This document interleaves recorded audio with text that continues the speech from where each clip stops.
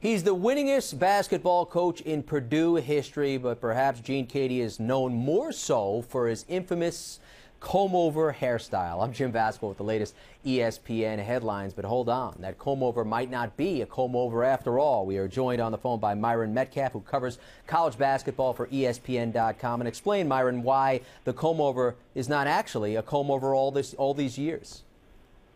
Well, Greg Doyle had a fun story in the Indianapolis Star where it talks about they were extensions, obviously. So, I mean, I know I saw Gene Keady a lot and I always assumed it was just the typical comb-over, but yeah, it sounds like obviously it was a lot more than that. You actually had, someone put hair extensions in there to, deal with, have the kind of hairstyle he wanted, which I've never heard of that in coaching or outside of it. Yeah, he spent $600 a week. $600 a week for this. And by the way, his wife couldn't stand the hairstyle all those years, so you have to wonder why he was shelling out all that money for it. But on top of that, the good news is he ditched that hairstyle just last year.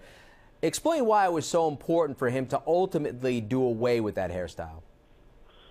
Well, as Doyle explained, they obviously found a form of skin cancer, which is fairly common, but I think caused about 9,000 fatalities a year. So he was at risk.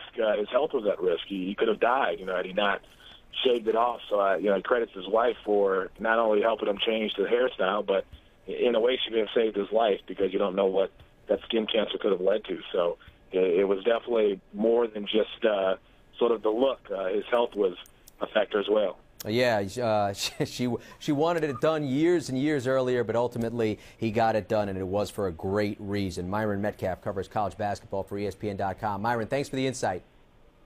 Thank you. Again, Gene Keady, an assistant, by the way, on Steve Lavin's staff at St. John's. You can read more about this story right here on ESPN.com. With the latest ESPN headlines, I'm Jim Vasquez.